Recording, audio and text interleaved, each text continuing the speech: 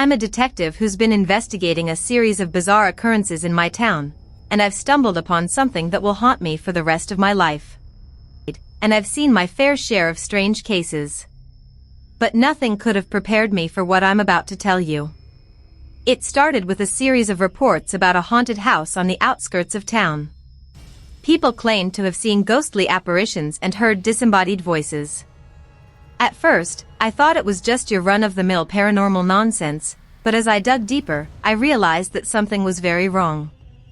The house belonged to a reclusive old man named Malcolm. He'd lived there for decades, and rumor had it that he was involved in some pretty shady dealings. I'd heard whispers about human experimentation and occult rituals, but I never thought much of it.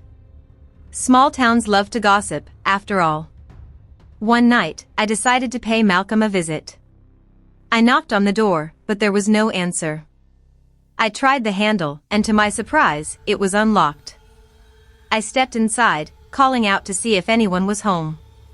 The air inside was thick with the scent of decay, and I could feel a malevolent presence lurking just out of sight. As I made my way deeper into the house, I stumbled upon a room that seemed frozen in time. There were old medical equipment, dusty bookshelves, and a single chair in the center of the room. It looked like some sort of makeshift laboratory. I took out my notebook and began to scribble down notes, but as I turned to leave, I saw something that made my blood run cold. There were photographs on the wall, depicting people in various states of, I don't even know how to describe it. They were undergoing some sort of transformation, their bodies twisting and contorting in ways that seemed impossible. I felt a wave of nausea wash over me as I realized that Malcolm had been experimenting on human subjects. But that wasn't the worst part. As I looked closer at the photographs, I saw that the subjects were all women. Young women, old women, women of all shapes and sizes. And they all had one thing in common: they were all smiling.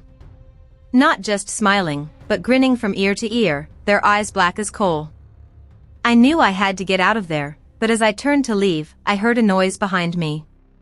I spun around, and that's when I saw Malcolm. He was standing in the doorway, his eyes sunken, his skin deathly pale. He smiled at me, and I felt a chill run down my spine. "Welcome to my home," he said, his voice dripping with malice. "I've been waiting for you." The next thing I knew, I was waking up in a hospital bed. I had no memory of how I got there, and my head was pounding. The doctor told me that I'd been found unconscious in Malcolm's house, and that he'd been arrested. We can't share full story here. If you want